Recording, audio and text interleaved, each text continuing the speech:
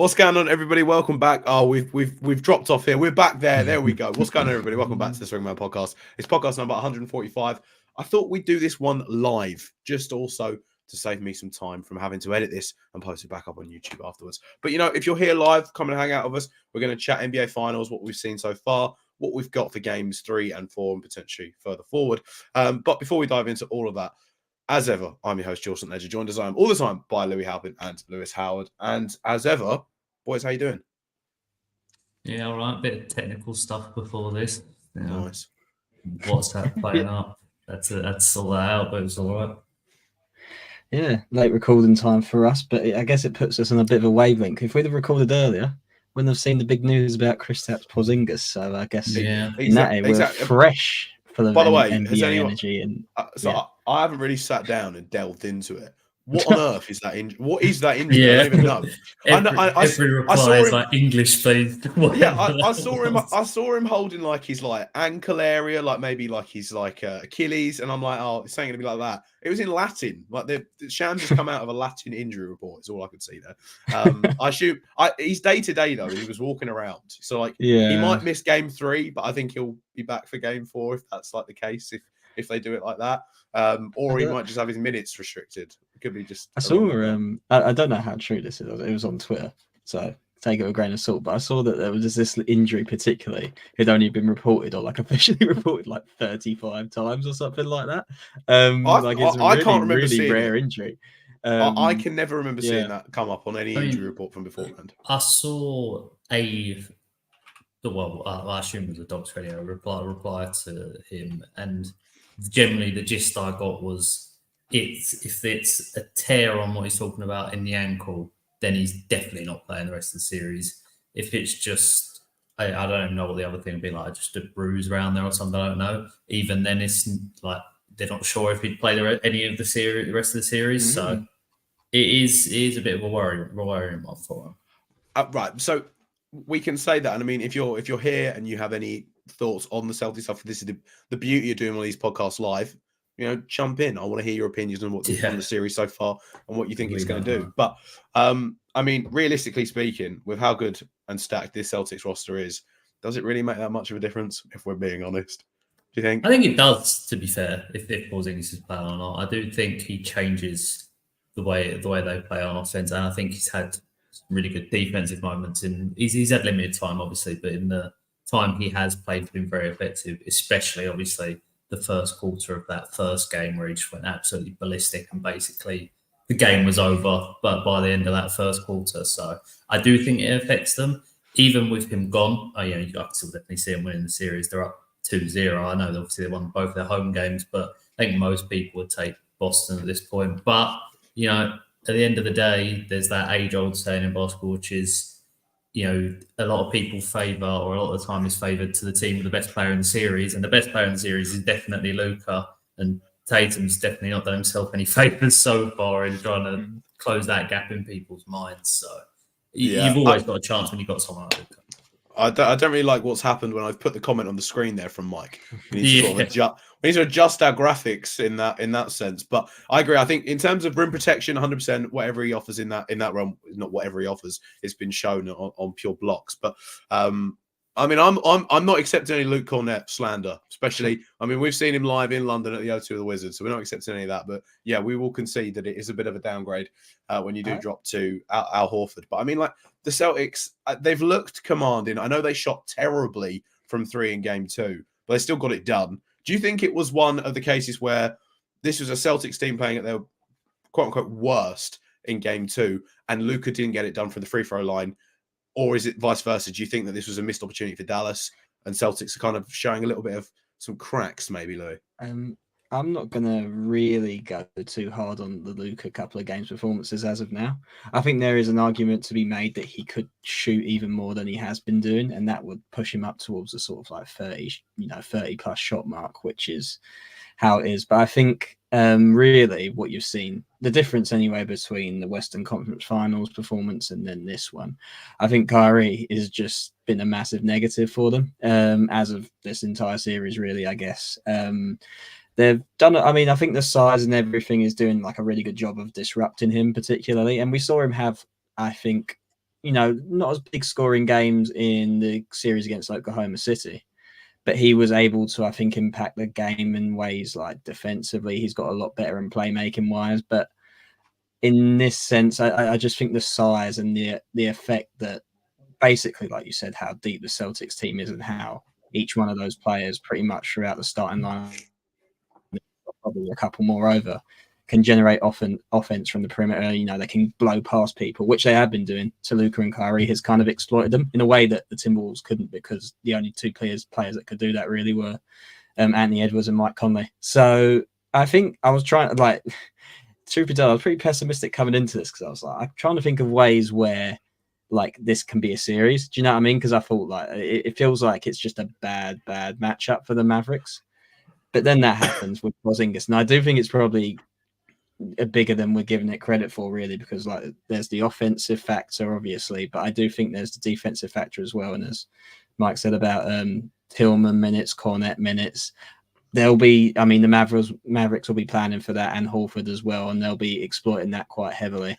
And if Porzingis does play, I don't, you said about him, or we don't know if he can even play the rest of the series. If he does play, I think it's like a medical staff decision that they said in the press conference. He's not going to be his full self, right? He's not going to be flying around the court. And I think even when you saw when he got that injury towards the later stage of the last game, he wasn't quite the same. So if they were to play him, I think they could even exploit him a little bit as well. So, yeah. So I completely agree in terms of everything you've just said there, but also this. So this is where I was kind of touching on it from a game 2 perspective. I'm like, in these NBA finals specifically, when you have nights on a road game where the Celtics shoot that badly in essence, and this is kind of what this Celtics team do. They always live and die by it. Well, not live and die by the 3, but if they're having a poor shooting night, they keep shooting because they believe the average is going to even out, and so on and so forth. That's one of those games where it's not a done deal now. It's not a wrap. They've done what they needed to do and win home court. But you're like, probably in hindsight, potentially at the end of whatever this series is, that could be one of the ones where it got away from them. I agree. I agree. To not sort of always go back to game 2 and kind of talk about game 3 of what we've got here so far. Do you think that in the realms of which Kyrie has been playing, do you think there is an opportunity for the Mavs to win a game 3 when he's playing like this? Can PJ Washington be kind of that second guy for them? Can they have other things like a Derek Jones Jr. chip in, a Derek Lively if potentially Porzingis is missing out? Can he come in and be kind of another one of those guys for them? Or is it ultimately, because we know Luka's going to get his 30, 35, maybe even in the range of 40s. Do you think there's a range in which this can happen without Kyrie? For me, no. I think Kyrie is going to have to be the one that steps up. And to be honest, when you name the other Mavs, I actually think a lot of the role players on the Mavs haven't played up to the standards they have in prior series before. I think PJ's been all right, but a lot of the others, I know a lot of people would be said that maybe Bright's too light for him. I don't know if it's a case of that. I think it's just maybe just finding their feet and just playing a very good team. But I think Kyrie definitely, with the experience he's got, has to be the man to step up, especially when you look at the Celtics and how deep they are. You're talking before about maybe Tatum not having a good game, but I want to say this stats a thing. I think it's like 4 of the Celtics players are averaging 16 points a game, which hasn't happened in it was either was it the Pistons? It might have been the Pistons. I'm not sure. The 04 Pistons that did it last time. But that is a very hard thing to overcome when your second guy, let alone some of the other role players in your team, aren't playing up to standards. So I think Luka, we probably will see him shoot even more than he has been. I think he shot 26 shots last game. I could see that going to the 30s, like you said. But Kyrie definitely has to step up. I was going to say as well, I think the big sticking point is everyone came into the series knowing that the Celtics have a better, more rounded team, we would say. But there was the argument that you would say out of all the players, if you put them all, together, and you get to choose rank them basically on how good they are. The top 2 would be Luka and Kyrie, maybe. In some people's estimation, some may think that's a bit of a disrespect on Tatum or Brown or something like that. Yeah. In any case, if we're going on how the series has played out, Kyrie wouldn't make the top 5. So you know what I mean. It's very important. I think there's a route to them winning if he's not playing that well, because he does. They're getting good shots for those guys like you mentioned, PJ and Derek Jones Jr., because of just the gravity of those two players. Like the space they create, because people are just more worried about them naturally than they are about other people. So they're getting some pretty good shots going. I just don't think they're going down. So, that they had games in the Thunder series, like we said, where Kyrie wasn't having it, and then it was PJ to step up and stuff like that. So there is a route. I just think it makes it very, very difficult if he isn't, and that's not kind of what you're paying for, really. So, yeah. I think the realm of which I see it, Kyrie doesn't need to explode. He doesn't need to get like a 30 point. He needs to be respectable. He needs to be Like, I think his impact on the game, he needs to be a little bit more efficient, for what I'd say. And he needs to average around that mid 20. Because like in this game through, I can't lie, it would not shock me to see a Luka like 40 piece. It really wouldn't. The way he's been playing, the actions that he's been getting, I think as well. Like, this is a great point. It's going to be a lot more double screening on Luka. Yeah, I think like in terms of how they're going to go for this, I think it will depend very early on. It's all on the fourth quarter stuff for me, because Luka, like the stats, they're pretty well documented. He's been absolutely fire for first, second, and third quarters, and the fourth quarter he just gets a little bit jet lagged. Like he's got a little bit of Jokic body where you see him like slowly down a bit, and obviously he's doing everything, so it's kind of to be a bit expected. But that's where you need sort of a big three from a PJ Washington or Kyrie to sort of just say like, Luka, actively rest, not sit in the corner, but like let me take the rock for like 5 minutes down the stretch here, get other guys involved, and we need you in the final like 3-4 minutes. That's where it's going to come into it, if they can stay in the game obviously that long. Because the mind factor on this, if the Celtics come out and just punch him in the face, if they win game 3, it's done. They get swept, like get the broomsticks out. That's the other factor on it. But I would be very surprised if they lose game 3. There's just a sort of pattern of these types. Yeah, I'd be very surprised if they lost game 3. I wouldn't be shocked. I really wouldn't. It's just a pattern of series where you've got, the home team doing their job for the first 2. It's just like a different level of intensity. Obviously, that's the first time that, Luka's played a home finals game and stuff like that, and that whole team will be pumped up. It's just like a mismatch, I think, in terms of motivation and energy going into a game that you can't replicate from like a Boston end. If that makes sense. Yeah. They're just going to come back in with like naturally more energy, and I think they'll probably get the game 3 win. But usually that means game 4 goes the other way. But I do think the Porzingis thing opens up a lot, because the plus minus with him on the court is like insane. They're crushing them when he's on the court. So when he's not, or if he's not right and on the court, I think it could change the whole thing, really. But I'm still would lean towards the Celtics, but I think it is pretty important considering how Jason Tatum has played offensively, or scoring wise, I should say, not offensively. I agree. Yeah, he's 12 assists last game. Yeah, a little shout out to everyone coming in here live. Appreciate it. I know we haven't been very active over this course. We've all been very busy, but appreciate you for coming in and chilling with us live. I do want to pose this though to you boys, because we haven't really mentioned it yet. This NBA Finals. I know we've said it's Luka's first NBA Finals in his home court. Dallas is going to be bouncing as a city. What is the storyline and the script potentially written here for all the slander that's come about for Jason Tatum to have his sort of announcement game in the NBA Finals? This would be his 9th NBA Finals appearance. Can you see it happening? Can you see a Jason Tatum 40-piece triple-double? I mean, the thing is, just with the nature of how Jason Tatum plays, like it can happen any night where he can go for a 40-piece. It's just I don't think any of that sort of negative or positive media either way affects the way he plays. I think he is just going to play how he plays. I mean, people have been saying for years about potential bad shot selection late on in games. Things like he's still playing as he's always played in that sort of late stages, and it's kind of just if it's falling, it's falling. If it isn't, isn't. And to be fair to him, not in the NBA Finals, but other than that, more often than not, throughout the games, it's falling. It's just in that closing moments, it's documented and it's not falling much at all. But going back to what I said, that's only the end of the game, so he could very easily just smash it for the rest of it and go over with that line. The other thing I'd say for the Celtics as well, just to add on with the whole, they won both their home games. The Celtics are a very, very funny team that home court isn't really a massive benefit to them. And when they play it's the other side, it's not the other way. Like if you go through their records, I think for the past few seasons, in the regular season at least, their home records and away records tend to be quite similar, I think.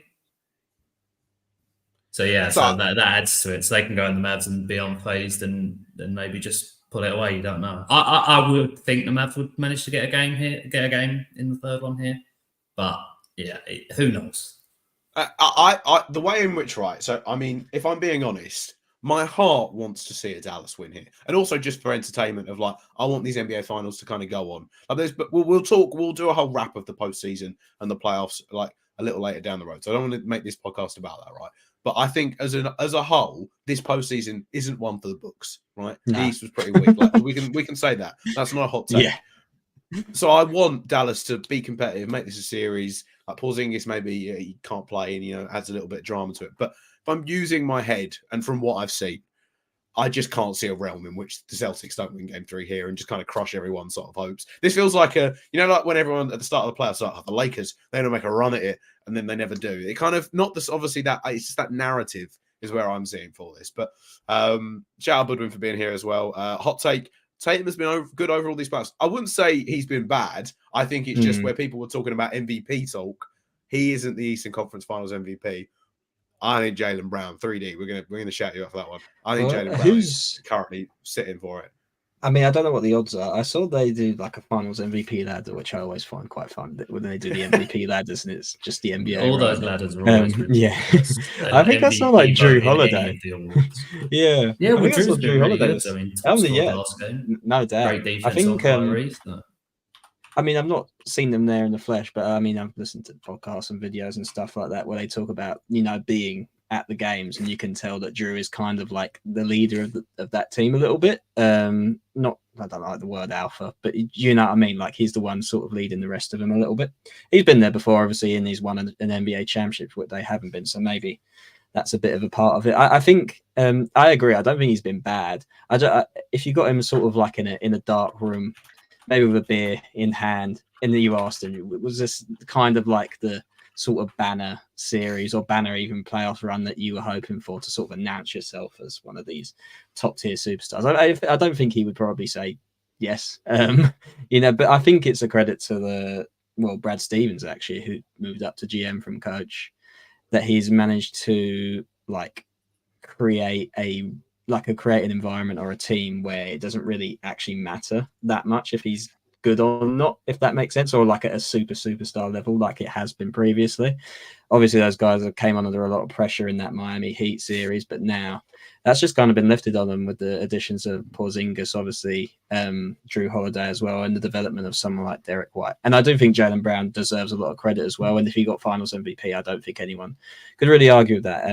And the development he's shown as like a ball handler and everything like that is really impressive. So he's not snatching chains. He's not snatching anyone's crown. I don't think coming off the back of this. Usually you would say the best player on the best team in the NBA Finals does that, but I'm still, I'm not giving him over Embiid, Jokic, really, even the guy he's probably up against in this Finals personally. But that's just me. So different, I guess. Just as whilst we're on Finals MVP discussion, do you think there's a possibility that we see a second coming of Jerry West and the Mavs lose, but Luka Doncic takes MVP? We had this conversation a little bit earlier before this, and I said, for me personally, in this day and age, I can't see it happening unless like every main individual player on the Celtics has like one or two stinker games when they go on to win it, and Luka's just unbelievable throughout. And then if the Celtics pull through, then maybe I could see it. But at the moment, I think, as you say, Tatum's had his games where he hasn't been great, but you wouldn't say he's objectively been bad. I think most of the time when people criticise him, they just talk about the scoring purely and not the other aspects of the game. Jaylen Brown's obviously had good games. Drew Holiday's had good games. So I personally can't see it unless those players actually drop some serious stinkers on the way to winning it, and Luka's just unbelievable throughout, which I think he probably will be, to be fair to him. So personally, I can't see it. I would like to know the context in which Jerry West won Finals MVP on the losing side. Like, what was going on the other side? Let me just start back to the Finals in mid-60s, whenever he won. It's like there's no footage of Wilt's 100-point game type thing. Right? What was going on there? I want to know. I mean, there's probably stats and everything. I mean, that era of basketball is obviously completely different, but I'd like to see what the other side was doing that really push them in the other direction, because that's just never going to happen again. I'm sorry. We could have this discussion, but it's just not going to. No, I agree. I lost my voice there. I'm a little bit under the weather. If you couldn't tell, it wasn't just through sheer shock of Louis announcing that it's never going to happen again. I did just pull up the Finals MVP ladder as well, and you're right. Drew Holiday is currently leading it. Luka Doncic is second though. Jaylen Brown's third, Jason Tatum fourth, Kristaps Porzingis fifth. So that is a thing that we've decided there. Just whilst I'm just trying to like mentally tick off everything what we're going through for the finals here.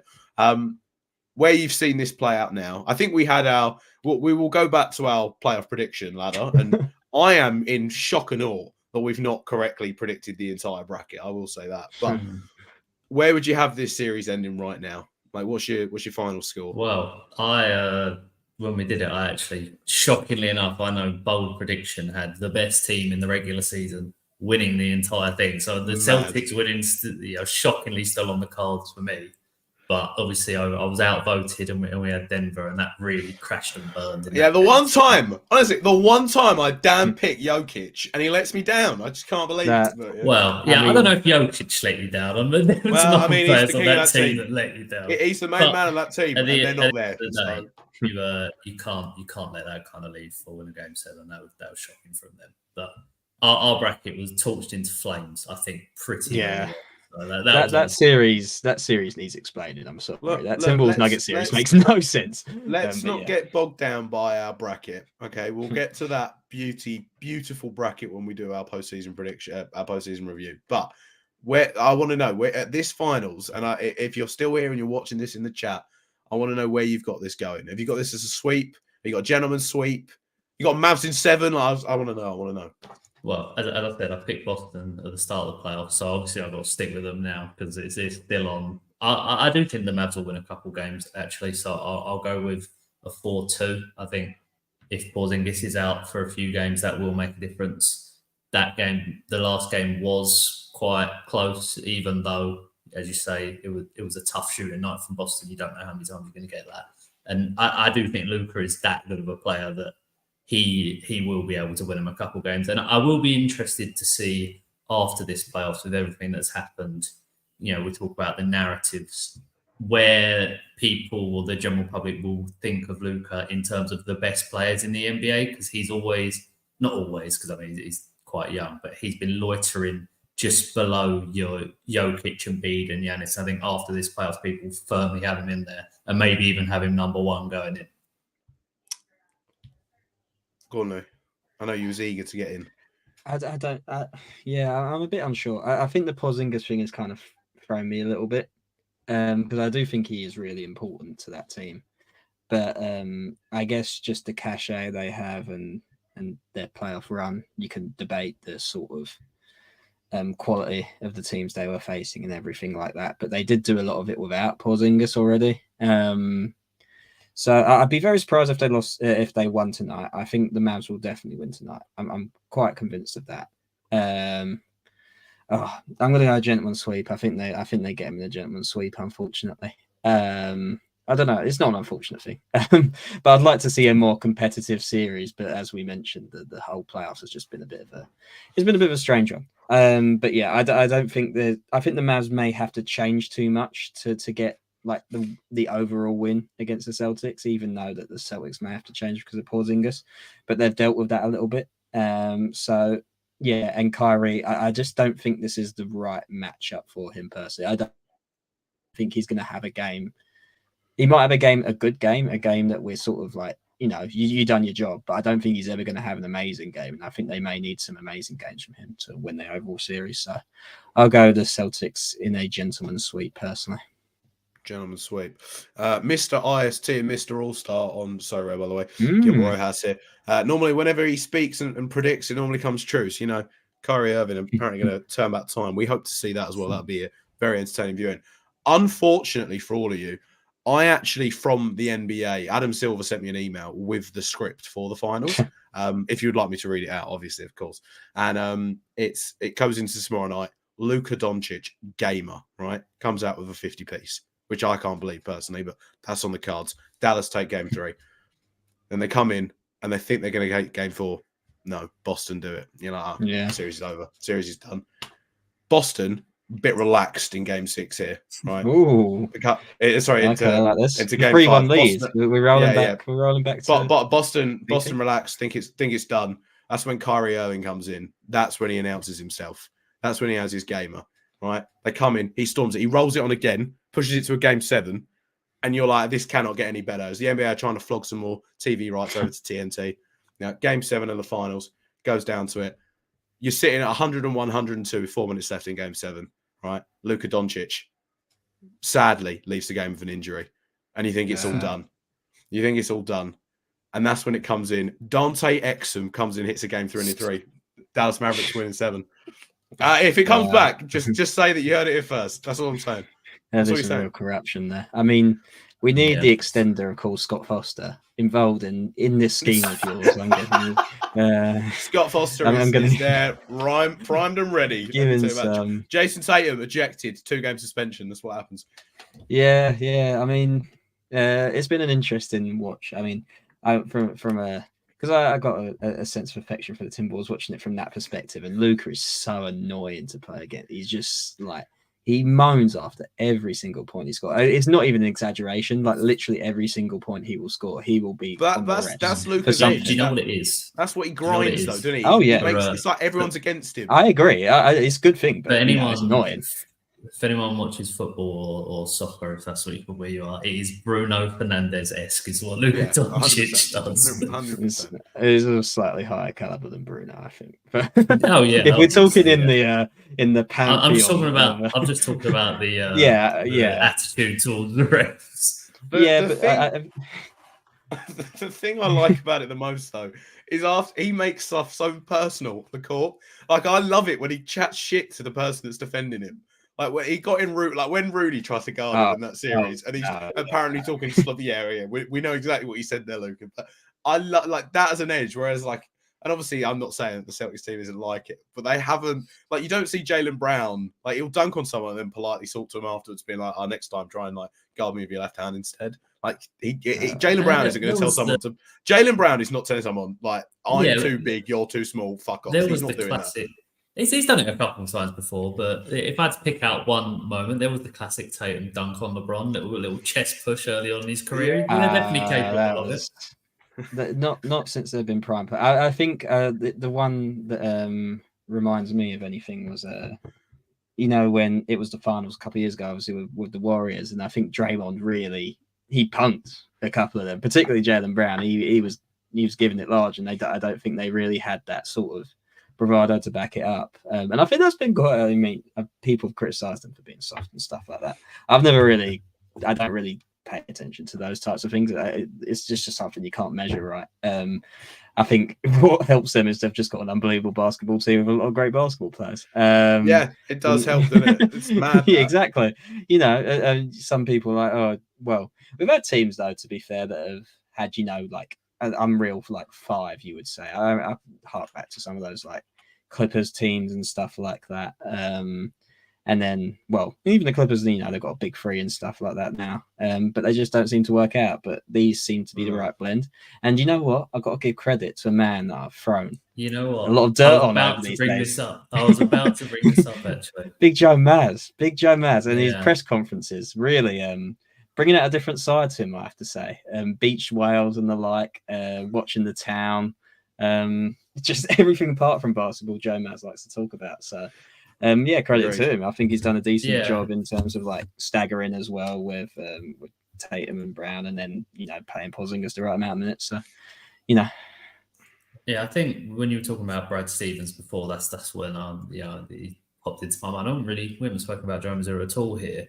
And when we talk about the reputation of the Boston players, I think the person who's actually had most people changing their opinions on him out of that Boston group is Joe Mazzulla, because of the situation of when he came in and kind of how the first season went, Ime going after they'd been so good. I think a lot of people were quite negative about him, but I think this season, especially this playoffs, even though, I know people say it's the easiest playoff run ever, but looking at these final games as well, I think he's done a lot to show people what he's capable of, how much how knowledgeable he is about the game of basketball. Obviously, all NBA coaches are, but he really has, I think, put himself on a pedestal here, really, to be seen as one of the better coaches in the NBA.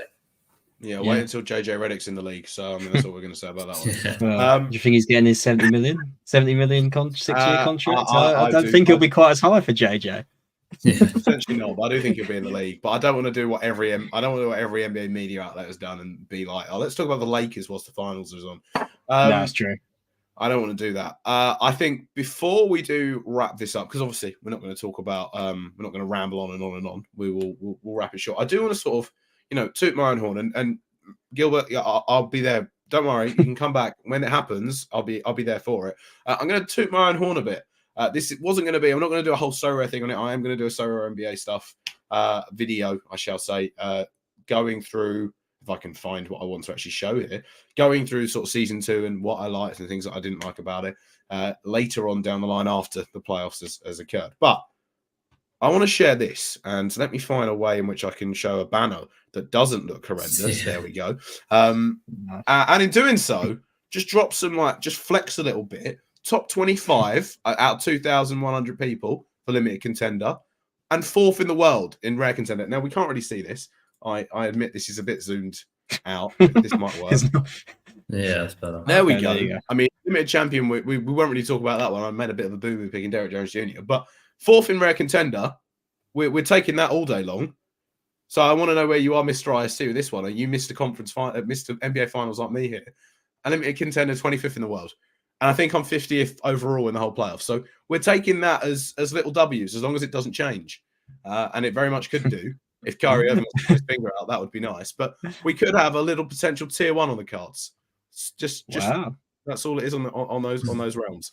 I don't know where I'm in common as well. Peyton Pritchard needs to wake up, but that's just where we are in those streets. I was going to say the famous phrase of touching grass, but obviously that doesn't really apply to basketball very much. But Peyton Pritchard is hardly touching court. No, he's not. Because every time he's on the court, he's getting cooked. He did lock down Kyrie a little bit, and he had that big time 3, which was quite lucky. But he took the shot and all this. Well, Luka is looking at him, licking his lips every time he's on there. But yeah. But the thing is like Drew Holiday's licking his lips every time he's going at Luka. So it's like, no, you're not wrong. You're not wrong at all. Swings and roundabouts, Louis. Swings and roundabouts. LFG indeed, Woodwin. LFG indeed. Just fire emojis in the chat. Love to see it. All of this good sort of stuff. Right, I think though that's just about going to wrap it up. So we've got a gentleman's sweep, we've got Boston in 6, and we've got Dallas in 7 with Dante Exum hitting a game-winning shot. I think I'm in the realms of the correct prediction right there, if I'm being completely honest. And Dante Exum's going to get like an award named after him, all of this sort of stuff. Right, we're going to leave that one there. Thank you very much for chilling with us. If you did come here live, I know you've probably dipped in and out, and whoever stayed for the whole time, I appreciate you. Long time. If you haven't subbed already, make sure you do that.